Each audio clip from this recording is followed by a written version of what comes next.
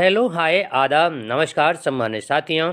Welcome to YouTube channel TET point. आज हम बातचीत करने जा रहे हैं पीठासीन अधिकारी द्वारा निर्वाचन क्षेत्र के प्रेक्षक रिटर्निंग ऑफिसर को प्रस्तुत की जाने वाली अतिरिक्त रिपोर्ट 16 बिंदु वाली प्रपत्र और भ्रमण शीट का प्रारूप PS05 फॉर्म और फोर्थ हमारा निर्वाचन संबंधी महत्वपूर्ण सूचनाएं प्राप्त करने हेतु 26 या 27 बिंदु वाला प्रारूप, किसी में 26 होते हैं किसी में 27 बिंदु होते हैं, तो इन पर हम चर्चा करने जा रहे हैं। यदि आपको वीडियो पसंद आए तो लाइक करें, सब्सक्राइब करें, बेल आइकन को प्रेस करें ताकि नोटिफिकेशन आपको सर्वप्रथम प्राप्त हो सके, और शेयर भी करें। शेयर करने से ज्ञान घटता नहीं, ज्ञान बढ़ता है। साथ ही यदि आप हमारे यूट्यूब चैनल के व्हाट्सएप ग्रुप और टेलीग्राम ग्रुप से जुड़ना चाहते हैं तो आप इस वीडियो के डिस्क्रिप्शन बॉक्स में जाकर के लिंक के माध्यम से जुड़ सकते हैं। तो चलते हैं आज के वीडियो के शीर्षक की तरफ। तो सर्वप्रथम 16 बिंदु वाली रिपोर्ट की तरफ चलते हैं। यह है अनुलग्न 13 और इसमें है आपका प्रथम, इसमें आप प्रथम कॉलम है आपका मतदान केंद्र क्रमांक। तो इसमें आप जहां आप वोटिंग करा रहे हैं, मतदान केंद्र है, बूथ है, उसका क्रमांक नंबर यहां पर अंकित कर देंगे। और CPF की नियुक्ति यदि आपके वहां पर नियुक्त हैं तो आप यहां पर हाँ कर देंगे, अन्यथा नहीं कर देंगे। माइक्रो प्रेक्षक की नियुक्ति यदि हुई है तो आप हाँ कर देंगे, अन्यथा नहीं कर देंगे। और वीडियो कैमरा व्यवस्था यदि है वहां पर तो हाँ करेंगे, अन्यथा नहीं कर देंगे।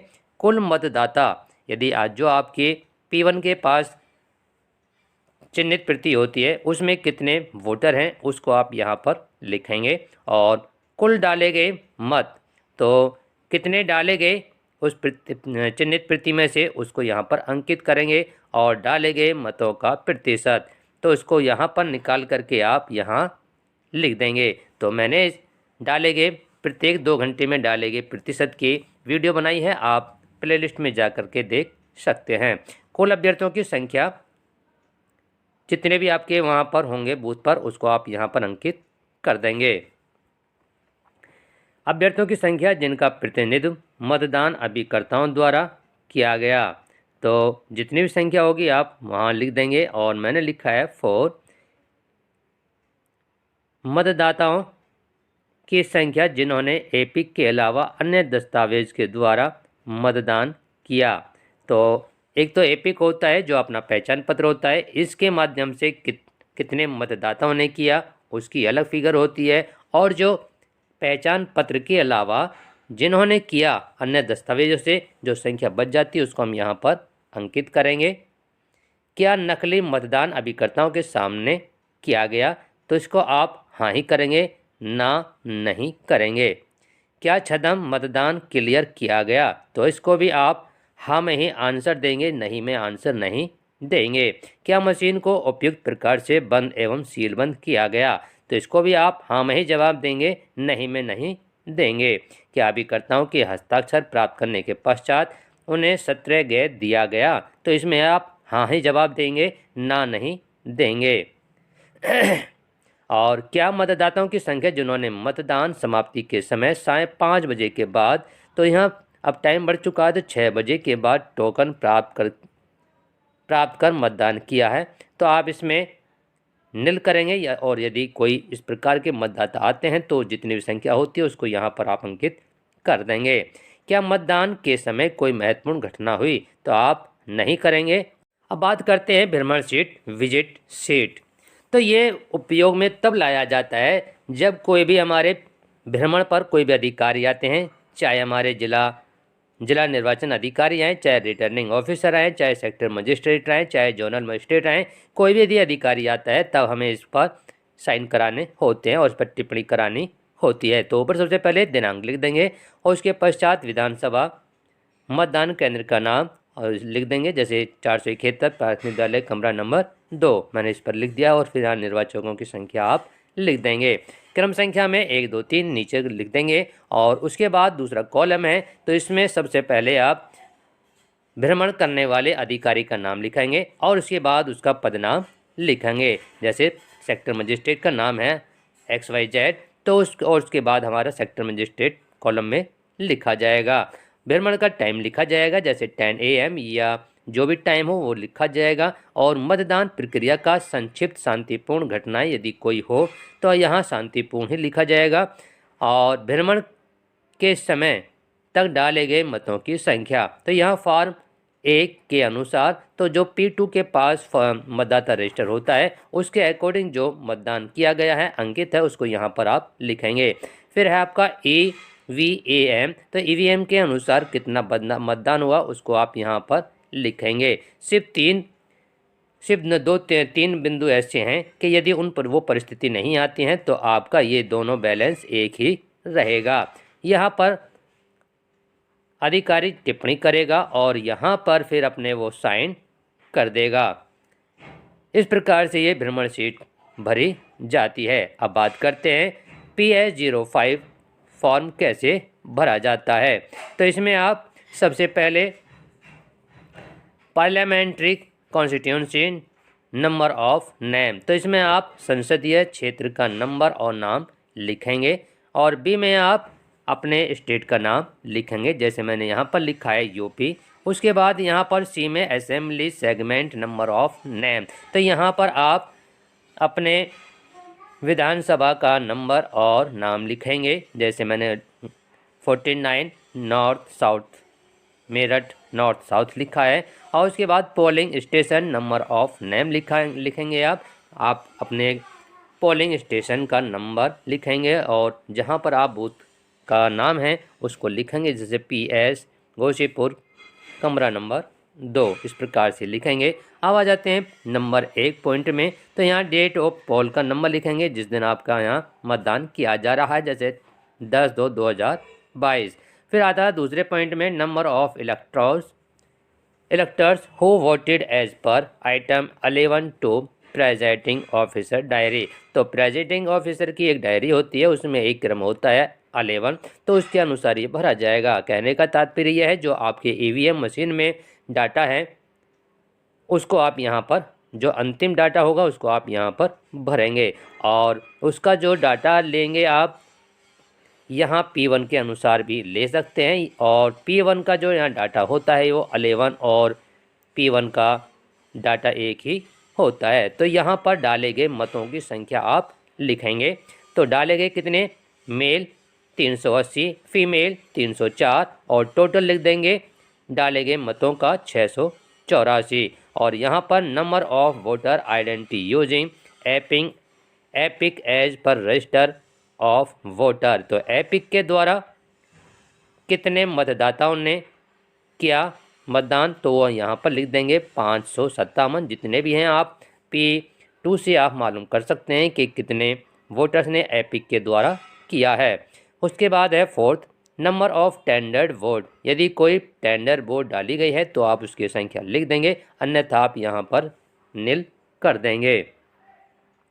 इस तरह से यहाँ पर प्रेजाइडिंग ऑफिसर साइन कर देंगे और यहाँ पर नीचे डेट एंड टाइम की तारीख लिख देंगे और यहाँ कलेक्शन सेंटर का टाइम लिख देंगे जब आप डॉक्यूमेंट जमा कर रहे हैं। अब बात करते हैं निर्वाचन संबंधी महत्वपूर्ण सूचनाएं प्राप्त करने हेतु 27 बिंदुओं का, और कहीं ये 26 बिंदु भी होता है तो 26 बिंदुओं का प्रारूप विधानसभा निर्वाचन क्षेत्र 2022। तो हम इसमें सबसे पहले आपको ये बताएंगे कि यहाँ बूथ संख्या लिखेंगे, बूथ का नाम, सबसे पहले बूथ का नाम लिखेंगे यहाँ पर, और बूथ का नाम लिखने के बाद क्रम संख्या लिखेंगे उसकी, और दूसरे कॉलम में लिखेंगे आप मतदाता सूची में अनुसार स्थल पर निर्वाचनों का पूरा। तो इसमें आप जो आपकी चिन्हित प्रति है मतदाता सूची है उसमें आपके कितने महिला पुरुष हैं, तो पुरुष जैसे मान ली मैंने 450 और महिला मान ली 350, और अन्य है तो आप अन्य लिख देंगे, और टोटल हो गया इनका 800। तो जो भी आपकी मतदाता सूची होगी उसके अकॉर्डिंग आप यहाँ पर लिख देंगे। अब चलते हैं पॉइंट नंबर 6। तो इसमें मतदाताओं की पूरा संक्रमण जिन्होंने मतदेय स्थल पर मतदान किया, तो मतदाताओं की कुल संख्या, तो इसमें जितनों ने मतदान किया, पुरुषों ने कितना किया महिलाओं ने कितना किया और अन्य ने कितना किया और इसमें कितना टोटल कितना बैठ जाता है वो आप इसमें कॉलम नंबर 9 में कर देंगे। अब बात करते हैं कॉलम नंबर 10। तो कॉलम नंबर 10 में टेंडर वोट। तो टेंडर वोट वो होती है जो पहले वोट डल जाती है और उसकी परिस्थिति ऐसी आती है कि डलवानी पड़ जाती है, तो उसकी यदि डलवानी पड़ जाती है तो उसमें जितने भी डलवाएंगे आप उसकी संख्या यहाँ पर अंकित करेंगे, अन्यथा आप इसको ब्लैंक छोड़ देंगे, शून्य कर देंगे। अब बात करते हैं चैलेंज अपेक्षाकृत। तो ये है आपकी चैलेंज वोट, जो आपका अभिकर्ता, मतदान अभिकर्ता किसी मतदाता को चैलेंज करता है कि ये वो व्यक्ति नहीं है, तो उस पर ये यदि आपकी नील होती है तो नील, और कोई इस प्रकार की वोट डाली जाती है तो आप उसमें संख्या लिख देंगे। लेकिन जैसे चाहता हूँ मैं, तो ये ज़्यादातर जो होता है यहाँ पर शून्य ही होता है। अब बात करते हैं प्रॉक्सी मत। तो प्रॉक्सी मत वो मत होती है जो सैनिक होते हैं जैसे, तो वो एक अपना प्रतिनिधित्व के रूप में किसी को नियुक्त कर देते हैं और वो मतदाता के रूप में अपना भी वोट डालता है और जो जिसका प्रतिनिधित्व कर रहा है उसकी भी वोट डालता है। यदि कोई इस प्रकार की वोट होती है तो आप उसकी संख्या लिख देंगे, अन्यथा आप उसकी यहाँ पर शून्य लिख देंगे। अब बात है पॉइंट नंबर 13 में। तो पॉइंट नंबर 13 आपका कहता है मतदाता पहचान पत्र एपिक के आधार पर मतदान करने वाले मतदाताओं की संख्या। तो P2 के पास एक मतदाता रजिस्टर होता है और मतदाता रजिस्टर के अनुसार जिन लोगों ने एपिक के अनुसार पहचान पत्र के आधार पर अपना वोटिंग किया है उसकी संख्या आप यहाँ पर लिख देंगे। और 14 है आपका आयोग द्वारा उपलब्ध कराई गई फोटो वोटर पर्ची से मतदान करने वाले मतदाताओं की संख्या। तो जिन लोगों ने जो BLO के द्वारा पर्ची दी जाती है उसके माध्यम से कितने लोगों ने किया, तो जितनी संख्या होती है आप P2 गिनेगा और यहाँ पर आपको बता देंगे और वो यहाँ अंकित की जाएगी, कॉलम नंबर 14। अब बात करते हैं कॉलम नंबर 15, वैकल्पिक प्रपत्रों के आधार पर मतदान करने वाले मतदाताओं की संख्या। तो जो 11 हमारे पास सरकार के माध्यम से सरकार उनको मान्यता दे रखी है, यदि इस प्रकार के डॉक्यूमेंट से कोई मतदाता अपने वोट देता है तो उनकी संख्या यहाँ पर लिखी जाएगी, जैसे मैंने यहाँ 43 लिख रखी है। अब बात करते हैं 49O के अधीन अपने अधिकारों का प्रयोग करने वाले मतदाताओं की संख्या। तो 49O वो मतदाता होते हैं जो P2 के रजिस्टर पर साइन कर दिए और साइन करने के पश्चात मतदाता कहता है कि मैं वोट नहीं डालूंगा और वह इनकार करके चला जाता है। अब बात करते हैं कॉलम नंबर 17, मतदेय स्थल पर मतदान अभिकर्ताओं की संख्या। तो मतदेय स्थल पर कितने एजेंट हैं, उनकी क्या संख्या है, उसको यहाँ पर आप अंकित कर देंगे, जैसे मैंने यहाँ 4 लिखा है। अब बात करते हैं 18, क्या मतदेय स्थल पर मतदान अभिकर्ताओं की संख्या 0 या 0 थी, 0 1 थी, और ब्रैकेट में 0 या 0 1 होने पर संख्या लिखें। तो यदि आपके 0 या 0 होने पर क्या लिखेंगे, आप होने पर ही लिखेंगे, और यदि नहीं है तो आप क्या करेंगे, नील कर देंगे या 0 लिख देंगे। अब बात करते हैं 19, प्रवासी ओवरसीज मतदाताओं की संख्या जिन्होंने मतदान किया है। तो ये प्रवासी भी नील ही आता है, कहीं इक्का दुक्का होता है तो वो आप उसकी संख्या लिख सकते हैं, अन्यथा ये नील ही होता है। कॉलम नंबर 20, प्रयुक्त इलेक्ट्रॉनिक वोटिंग मशीन की संख्या, और संख्या क्रमांक नहीं, इसका यहाँ क्रमांक नहीं लिखा जाएगा, सिर्फ संख्या लिखी जाएगी। तो यदि 1 होती है तो 1 लिखेंगे और 2 होती हैं तो आप 2 लिखेंगे। और कॉलम नंबर 21, क्या EVM बदली या प्रतिस्थापित की गई है। यदि आपकी EVM मशीन में कोई गड़बड़ी होती है, तकनीकी कमी आती है और वो किसी कारण से बदली जाती है, तब आप उसको यहाँ पर लिखेंगे। हाँ, बदली गई, अन्यथा आप इसको नील कर देंगे। अब आता है 22। क्या ईवीएम बदली या प्रतिस्थापित की गई? क्या ईवीएम पैड को बदला या परिवर्तन किया गया? तो यदि आपकी वीवीपैट जो मशीन होती है वो बदली जाती है तो आप उसमें लिख देंगे, अन्यथा आप नील कर देंगे। अब है कॉलम नंबर 23। यदि ऐसा हुआ तो वह समय जब मशीन बदली गई तथा उसका कारण क्या था? तो यदि इसमें से कोई सी भी मशीन बदली जाती है तो उसका क्या कारण है, उसमें आपको यहाँ लिखना पड़ेगा उस कारण को, अन्यथा आप यहाँ पर नो कर देंगे या नील कर देंगे। और फिर आपका कॉलम नंबर 24। तो कॉलम नंबर 24 में सूची में ASD मतदाताओं की संख्या लिखी जाती है। तो ASD ए से स्पष्ट होता है कि A से एब्सेंट, C से शिफ्टेड और D से डेथ। तो जिन मतदाताओं की ये संख्या होती है और वो उनकी वोट डाली जाती है, मान लीजिए आपकी इस प्रकार की सूची है आपके पास आती है और उसमें से आपको वोट डलवानी पड़ जाती है कि मैं जीवित हूँ और उनकी वोट डलवानी पड़ जाती है, तब आप उनकी संख्या यहाँ पर अंकित करेंगे। अब बात करते हैं, और यदि इस प्रकार की परिस्थिति नहीं आती है तो आप नील कर देंगे। 24, 25 आती है बात। अब कॉलम नंबर 25। ASD निर्वाचक सूची से मतदान करने वाले मतदाताओं की संख्या। तो यदि इस प्रकार की मतदाताओं की संख्या, ये ASD निर्वाचक मतदान करने वाले मतदाताओं की जो सूची होती है उसमें कितने हैं उसको आप यहाँ पर लिख देंगे, और नहीं है तो आप नील कर देंगे। Column number 26।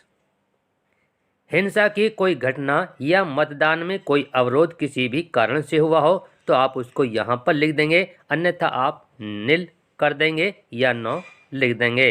अब बात करते हैं क्वेश्चन पॉइंट नंबर 27।